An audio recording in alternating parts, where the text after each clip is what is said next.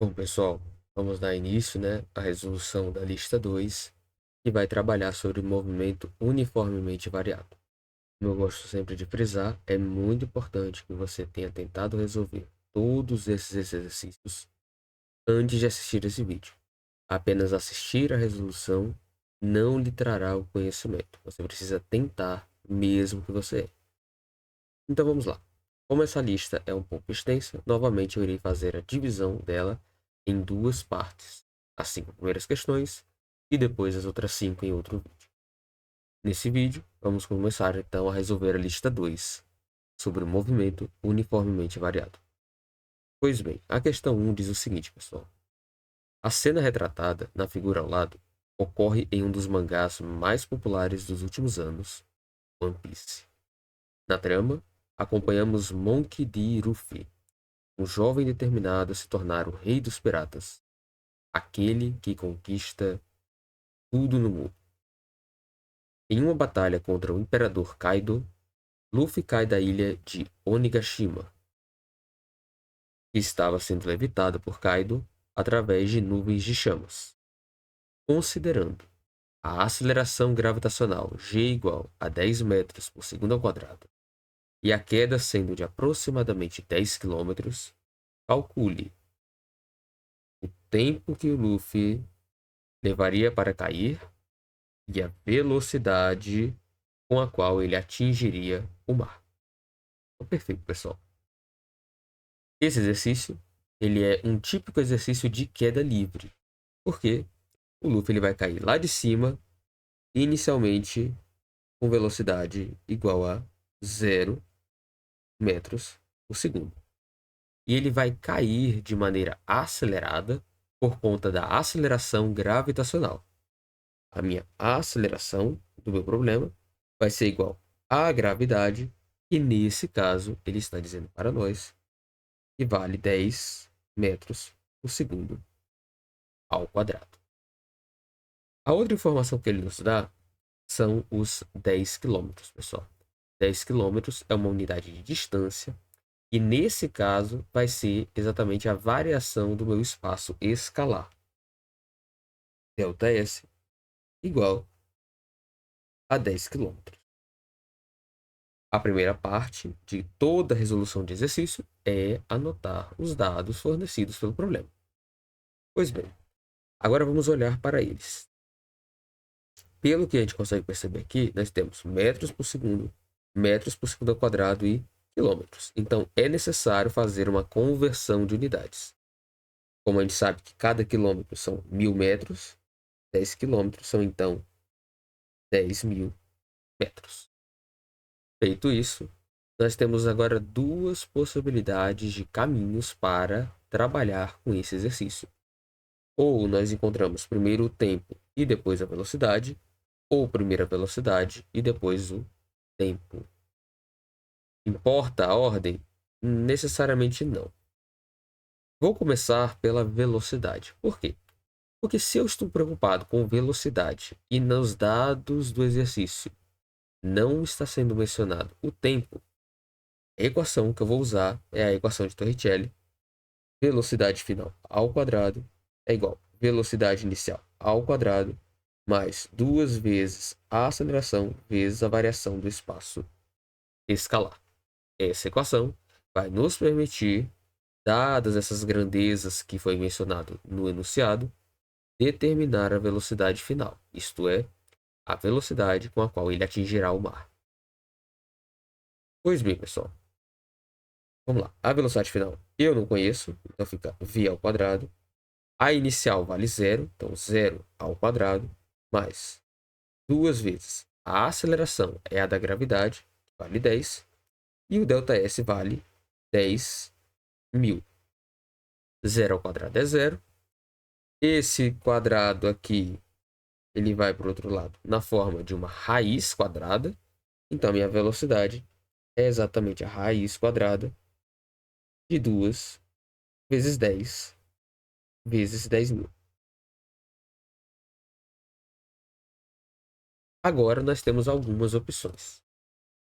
Como esse número, pessoal, ele não vai dar uma raiz quadrada exata, uma abordagem inicial é fatorar, transformar esse número em alguns números menores que tenham raiz exata.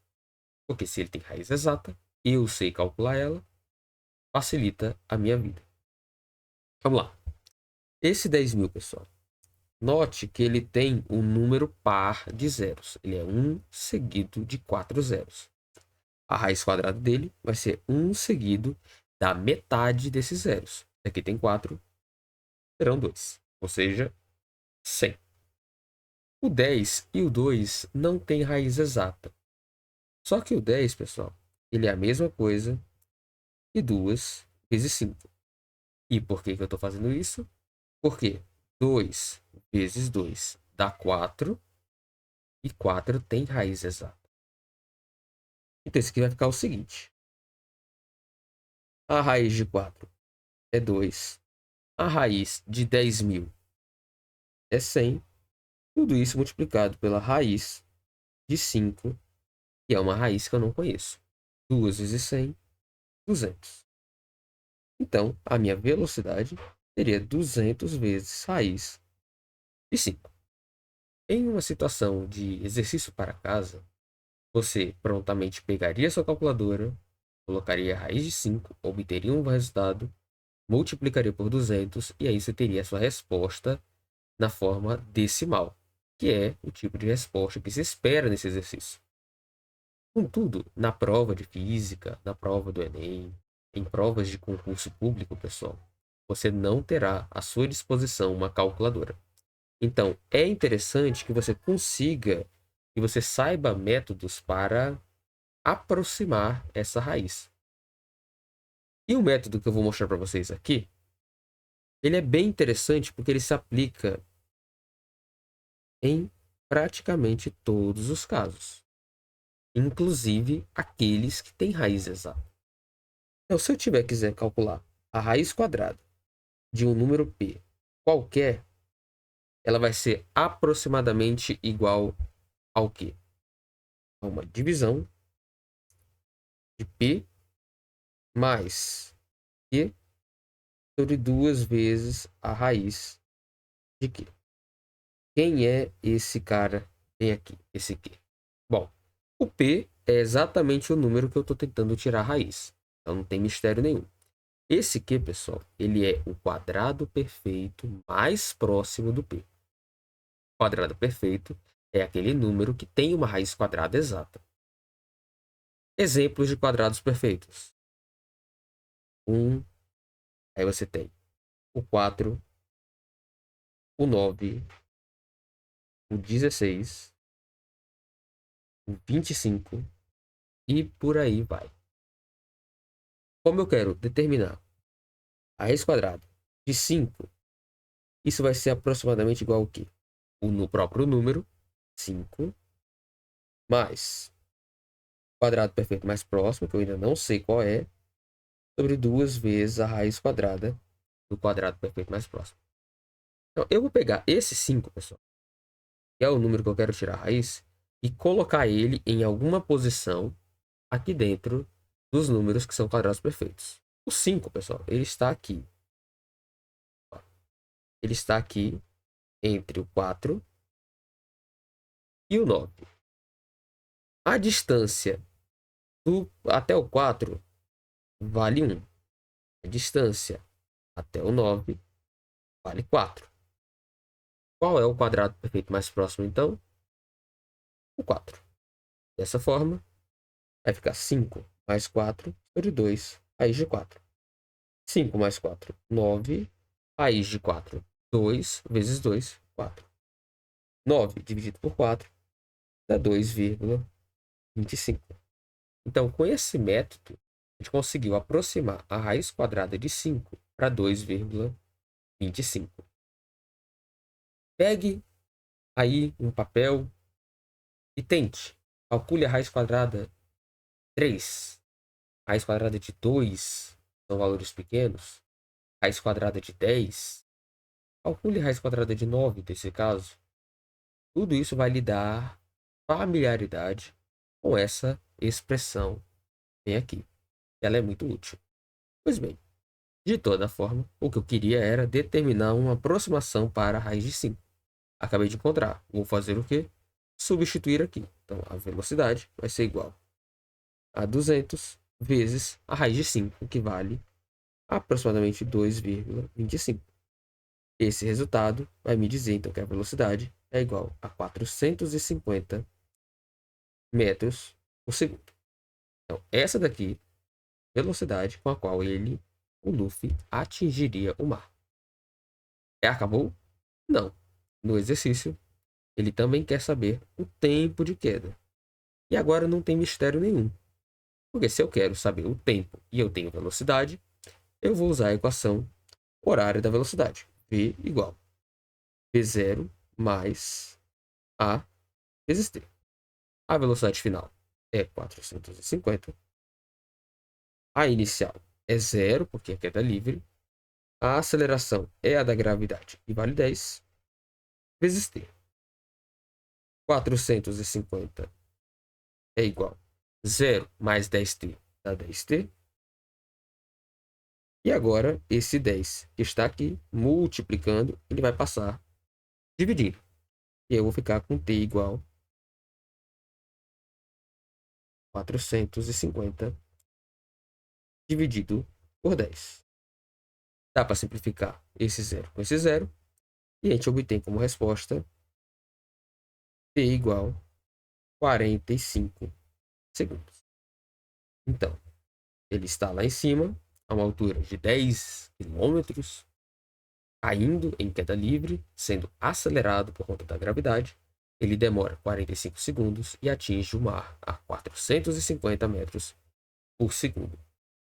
Para você dimensionar um pouco melhor, pessoal, faz sentido converter essa velocidade para quilômetros por hora. Por quê? Porque nós trabalhamos mais nas unidades de quilômetros por hora para a velocidade. Se você pegar esse valor, 450, e multiplicar por 3,6, o que a gente vai observar é que ele vai dar 1.620 quilômetros por hora. Então, ainda bem que ele é de borracha, né? Porque senão ele se esbagaçaria no chão. Bom, pessoal, a questão 2 diz o seguinte. Durante uma emocionante partida de quadribol na Escola de Magia e Bruxaria de Hogwarts, o pomo de ouro é lançado pelo campo a uma velocidade inicial de 10 metros por segundo. Suponha que o pomo de ouro acelere uniformemente a uma taxa de 4 metros por segundo ao quadrado. No mesmo instante, o apanhador da casa de Gryffindor, Harry Potter, parte do repouso com sua vassoura e acelera uniformemente na tentativa de alcançar o pomo de ouro. Se a vassoura de Harry é capaz de acelerar a uma taxa de 5 metros por segundo ao quadrado, e aí ele vai perguntar algumas coisas. Ponto. A gente leu a questão, é uma questão grande, então para que não haja confusão, vamos filtrar os dados. Então, para o pomo, nós temos a velocidade inicial dele, ele diz aqui em cima, que vai 10 metros por segundo, então velocidade inicial 10 metros por segundo, e ele diz a aceleração do pomo igual a 4 metros por segundo ao quadrado.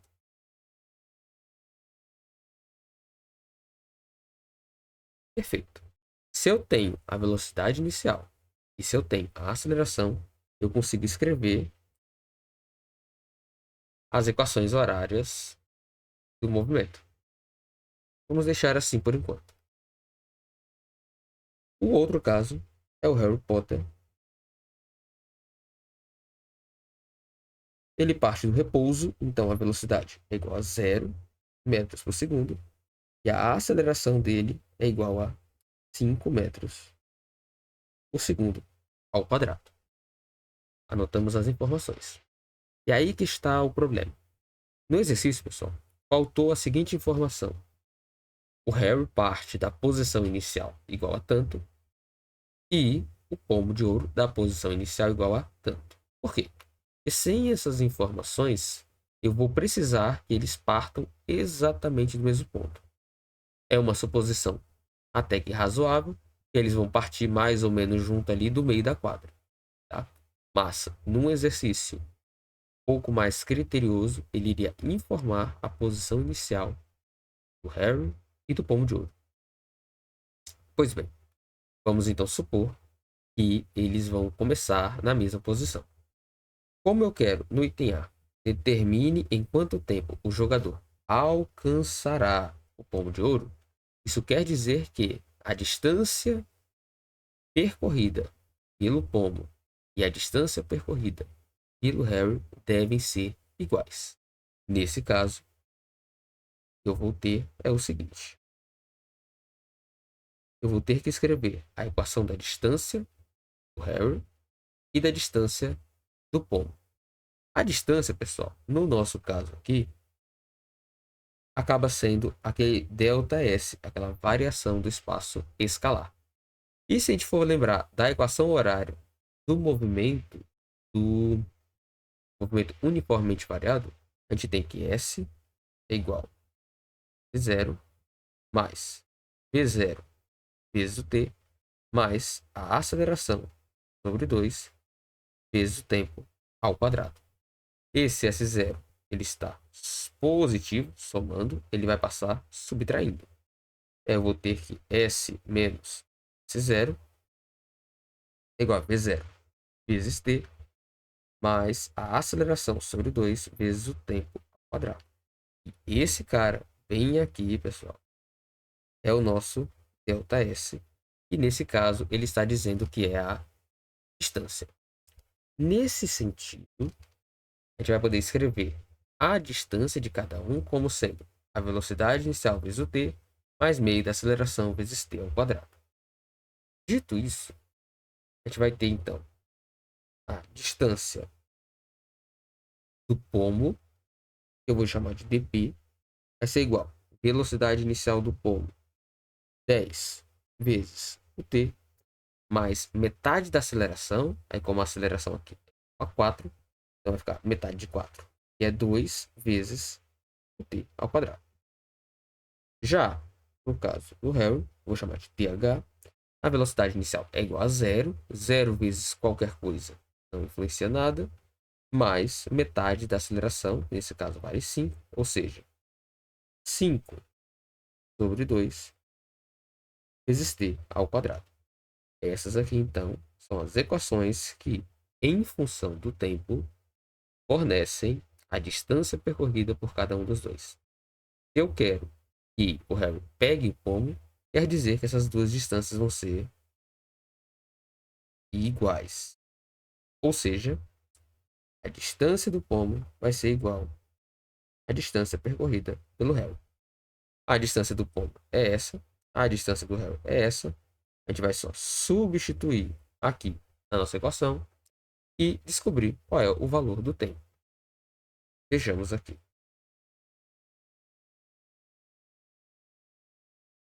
A distância do pomo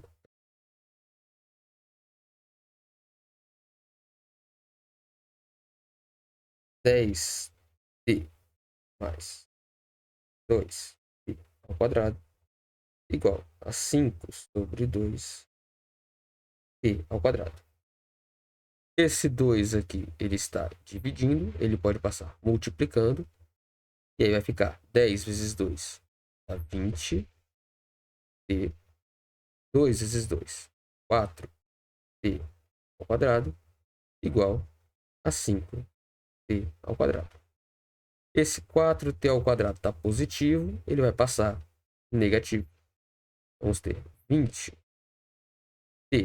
igual a 5t ao quadrado menos 4t ao quadrado.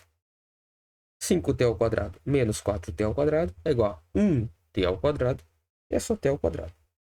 Então vai ficar 20t igual a t ao quadrado. E agora, o que eu faço? Eu tenho que isolar o t. Se esse t ele está multiplicando, ele vai passar dividindo. E aí o que eu vou ter é o seguinte, que 20 é igual a t ao quadrado sobre t. A gente simplifica um desses aqui com esse de baixo e obtemos então que o tempo vai ser igual a 20 segundos. Além disso, no item B, ele quer saber qual será a velocidade do jogador no momento que ele alcançar o pomo. Para isso, eu vou precisar da equação horária do jogador. Vamos lá. O jogador é o Harry, então eu vou escrever a equação horária dele. A velocidade do Harry vai ser igual à velocidade inicial mais a aceleração vezes o tempo. Os dados estão aqui no exercício. Velocidade do Harry. A inicial é 0, tá aqui. E aí a aceleração é igual a 5. E aí fica vezes o tempo. No item B, o que ele quer então é essa velocidade nesse instante de tempo. Ou seja, a velocidade do Harry vai ser igual a 5 vezes o valor do tempo. O tempo é 20 segundos. 5 vezes 20 quer dizer que a velocidade do Harry será de 100 metros por segundo.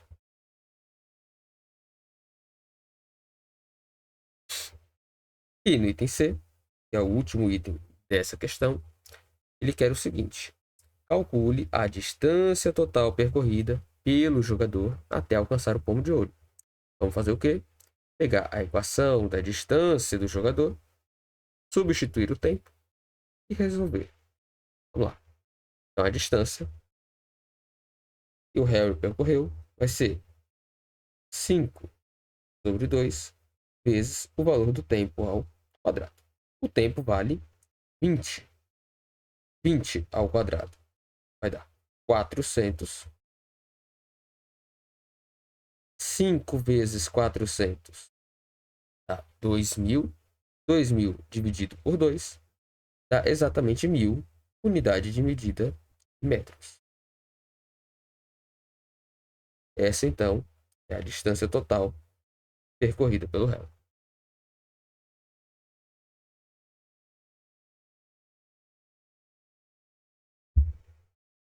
A questão 3, pessoal, ela diz o seguinte: um trem começa a ser observado quando sua velocidade é de 30 metros por segundo. E ele mantém essa velocidade durante 15 segundos. Logo após, ele freia com aceleração constante de módulo 0,50 metros por segundo ao quadrado até parar numa estação. Qual a distância trem-estação quando o trem começou a ser observado? Bom, aí que está um exercício que vai ser além de apenas aplicar em fórmulas, pessoal. O legal desse exercício é o seguinte: se eu quiser operacionar isso de forma algébrica com as equações, daria um pouco mais de trabalho. É muito mais vantajoso eu escrever um gráfico que represente essa situação, um gráfico de velocidade, e aí a área dele vai me dar a distância, que é o que eu quero saber. Então, pois bem, eu vou fazer aqui um gráfico que vai tentar conter essas informações do exercício.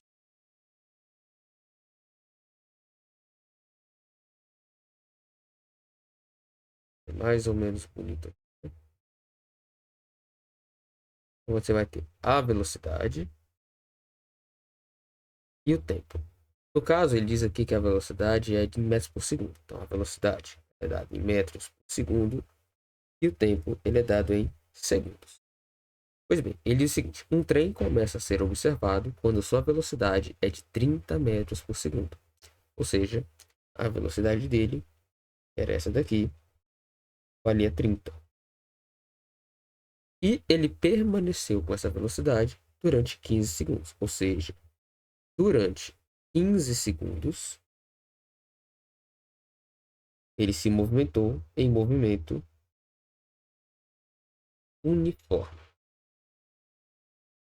com essa velocidade igual a 30. Depois disso, ele vai frear com aceleração constante até parar, o que significa que ele vai pegar, imprimir uma aceleração constante, ou seja, vai se movimentar em movimento uniformemente variado, e o gráfico dele é uma reta, no caso decrescente, porque ele está freando. Se eu descobrir que intervalo de tempo é esse daqui, aí já tá para ficar melhor. Intervalo de tempo é esse daqui, eu consigo calcular a área desse trapézio. E aí, descobrir qual é a distância total percorrida. Pois bem, como que eu vou saber que tempo é esse? Bom, se eu considerar apenas daqui, desse ponto até esse, em que ele está desacelerando, o movimento é uniformemente variado, ou seja, velocidade é igual a velocidade inicial mais a aceleração vezes o tempo. A velocidade final ela é zero, porque ele vai parar. A inicial é 30. A aceleração ela vale 0,50, ou seja, 0,5. Só que ela é um freio, pessoal. Então ela vai ser negativa vezes o tempo. Agora eu passo esse 30 que está positivo para o lado de lá, negativo. Vai ficar menos 30 igual a menos 0,5 vezes t. Se eu multiplicar por 2 a equação inteira, o que eu vou ter? Menos 30 vezes 2 dá menos 60. Menos meio vezes 2 vai dar 1. 1 vezes t vai dar só o t. E agora, se eu multiplicar por menos 1 essa equação, eu vou trocar os sinais. Aqui estava menos, vai passar a ser mais. Ou seja, t vai ser igual a 60 segundos. E agora é importante muita calma. Isso não quer dizer, pessoal, que aqui vale 60, tá?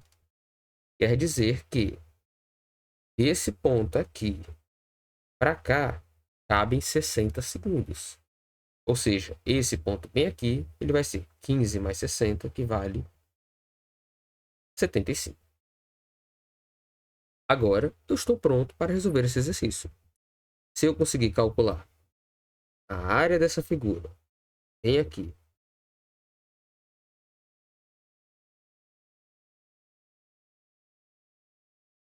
bem aqui, eu terei o meu ΔS.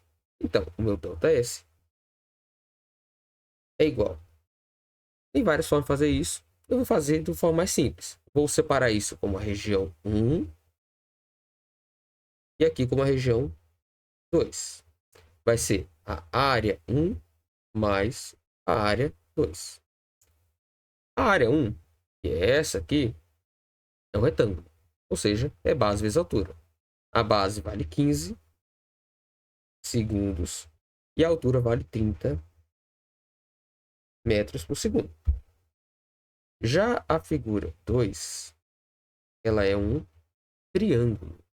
E aí, a fórmula da área vai ser base, que vale 60, porque é 75 menos 15, ou seja, 60, vezes a altura, que vale 30, que é essa altura bem aqui.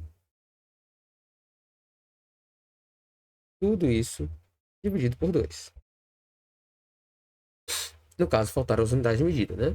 Vou ajeitar aqui, vai ficar tudo certo. Vai ficar 60 segundos vezes 30 metros por segundo. Tudo isso dividido por 2. Pois bem, segundo simplifica com segundo, segundo simplifica com segundo. Meu ΔS vai ser igual. 15 vezes 30 vai dar 450. 60 vezes 30 dividido por 2 dá 900. Ou seja, o meu ΔS vale 1.350 metros. Eu posso lhe convidar a pegar esse exercício, tentar resolver ele através de manipulação de equações. É possível, mas através de gráficos é muito mais tranquilo. Porque uma vez que você consegue determinar esse ponto bem aqui, acabou o desafio. É apenas calcular a área de retângulo e a área de triângulo.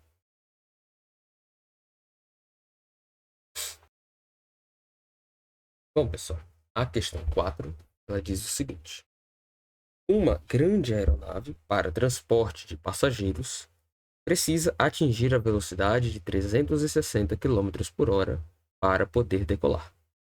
Supondo que essa aeronave desenvolva na pista uma aceleração constante de 2,5 metros por segundo ao quadrado, qual é a distância mínima que ela necessita percorrer sobre a pista antes de decolar? Perfeito, pessoal. Vamos filtrar os dados. Uma grande aeronave para transporte de passageiros precisa atingir a velocidade de 360 km por hora para decolar. Ou seja, a velocidade final vai ser igual a 360 km por hora. Supondo que essa aeronave desenvolva na pista uma aceleração constante de 2,5 metros por segundo ao quadrado, ou seja, a minha aceleração é igual a 2,5 metros por segundo ao quadrado, qual é a distância mínima para que ela necessita percorrer sobre a pista antes de decolar? Bom, pessoal, essa aeronave claramente ela está parada antes, ou seja, a velocidade inicial é igual a 0 metros por segundo. Anotamos os dados. Sim. Tem algum problema aí? Com certeza. Nós temos aqui metro por segundo ao quadrado, metro por segundo e aqui quilômetro por hora. Ou seja, eu preciso fazer a conversão da velocidade primeiro. 360 km por hora, para converter, a gente divide por 3,6. O resultado vai sair em metros por segundo. Isso aqui vai dar, então, 100 metros por segundo. Como no exercício ele não falou do tempo e não pediu o tempo, a equação será a equação de Torricelli.